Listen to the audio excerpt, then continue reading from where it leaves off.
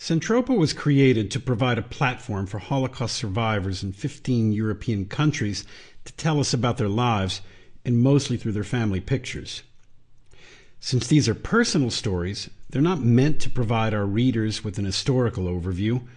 One could say these stories are not about 20th century history per se, they're about what the 20th century did to the people we interviewed. Generally speaking, we know less about the Sephardic Jewish communities of Southeast Europe than we do about Jewish communities of, for instance, Germany and Poland. And during the Second World War, Turkey remained neutral and lies outside the scope of our topic. The Nazis invaded Yugoslavia and Greece in March of 1941, and their Jewish communities were horribly decimated. The story of Bulgaria and the Holocaust is a complex one, and although not well known, remains a point of controversy to this day. In the online study guide for our Bulgarian films, you'll find links to various books and essays that espouse one view or the other. Our three personal stories, all of which will take you back into the Sephardic world of the pre-war Balkans, are from Larry and Rosa Ansel, Leontina Arditi, and Matilda Albuhar. Here is what we begin with. When the Second World War started, around 48,000 Jews lived in Bulgaria. When the war ended, nearly all of them were still alive. They had not been deported to the Nazi death camps in Poland. The government had refused to comply. Was this a rescue? Some say yes. Others say emphatically not. As Angel Wagenstein, a Bulgarian Jew, said, "We were raped, not murdered, but you don't thank someone for raping you."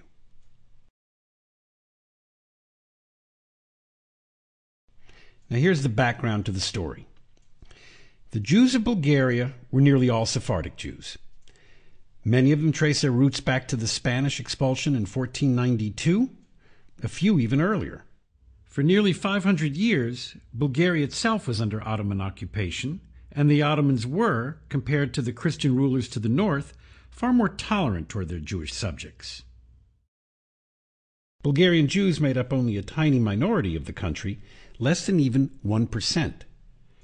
There were very few wealthy Jews. Most were as poor as their neighbors in this relatively poor country.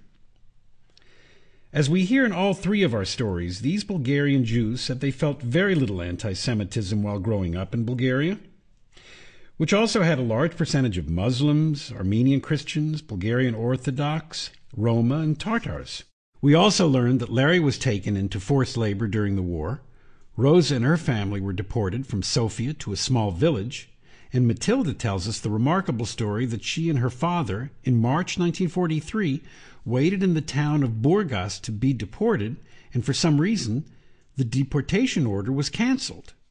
Matilda does not provide us with any context for this story, since as an elderly woman recounting her childhood, she would have not really known what was going on. So now, let us unwrap this very complex story. Bulgaria under King Boris III was not a totalitarian state, as was, for example, Nazi Germany and Fascist Italy. Although Boris ruled as a dictator in 1935, historians Esther Benbassa and Aaron Rodriga tell us in their book, The Jews of the Balkans, that parliament continued to function, as did its political parties. Further, Bulgaria was never occupied by the Germans. Bulgaria was an ally, and Germany was Bulgaria's most important trading partner. Germany put pressure on Bulgaria to pass laws against its Jews. In October 1940, the law of the protection of the nation was brought before Parliament. Intellectuals in the Bulgarian Orthodox Church were vigorously against it, as were the Bar Association and the Medical Association. But the law did pass in February 1941. And in January 1942, after the Wannsee Conference in Berlin, the Germans began pressuring the Bulgarians to deport their Jews to the death camps they had set up in Nazi-occupied Poland. June 1942 saw the passing of laws in Bulgaria that forced Jews to wear yellow stars, which Leontina Arditi and Matilda Albuhar tell us about. Economic restrictions against Jews began, and by this time, many Jewish families had become destitute. In the fall of 1942, the The Germans exerted yet more pressure for deportation, and in February 1943, Alexander Belev of the Bulgarian Interior Ministry agreed to deport 20,000 Jews. He knew what their fate was going to be. As we have seen, 2 years before this, Nazi Germany had invaded Yugoslavia, then Greece. Because Bulgaria had been an ally of Germany, it received Macedonia from Yugoslavia and Thrace from Greece. Around 12,000 Jews lived in these territories occupied by Bulgaria, and they were marked for destruction. The Bulgarian government, through its police, rounded up and deported around 7,300 Jews of Macedonia and deported them to the Nazi death camp of Treblinka in occupied Poland. Almost none returned. In Larry Ansel's film, he tells us that while he was in forced labor, he watched a train of Greek Jews being taken through Bulgaria by train. Those would have been the ones from Thrace. Around 4,000 Jews were on those transports, which were also headed for Treblinka. Not one person from those transports survived. Belev had now deported 12,000 of his promised 20,000 Jews. He needed another 8,000, and he turned to the Jews of historic Bulgaria. The historian Michael Bar-Zohar tells us that Belev's own secretary was secreting out information to Jewish friends about what was about to happen to them. And we know that a small contingent of Jews from the town of Kyustendil went to visit Dimitar Peshev, a member of parliament. Peshev, according to Benbassa and Rodriga, as well as the historian Tsetan Todorov, worked with 42 other members of parliament who signed a protest against the deportation. But the deportations were slated to go ahead on March the 9th anyway. On this day, Jews were indeed gathered up in the town squares in many cities, but in several places there were protests against the deportations. In Plovdiv, for instance, the metropolitan of the Orthodox Church stormed into the square where the Jews had been gathered and demanded from the police that the order be rescinded. In Burgas, Matilda Albuher remembers waiting with all of their goods in the town square, and they were waiting to be taken away, but the mayor himself protested to the government in Sofia. And then by late afternoon, the message came from Sofia. The deportation order had been rescinded. So far, this does sound like a rescue. But our story does not end there, as 2 months later, in May 1943, the Bulgarian Interior Ministry, still under pressure from Germany to deport the Jews to the Nazi death camps, presented King Boris with a plan to either deport 20,000 Jews from Sofia out of the country or to the provinces of Bulgaria.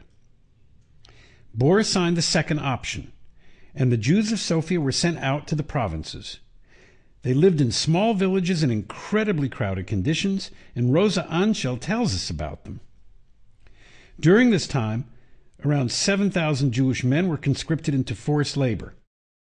Some of their Bulgarian overseers acted like beasts, and Leontina Arditi tells us of how her father had been beaten mercilessly.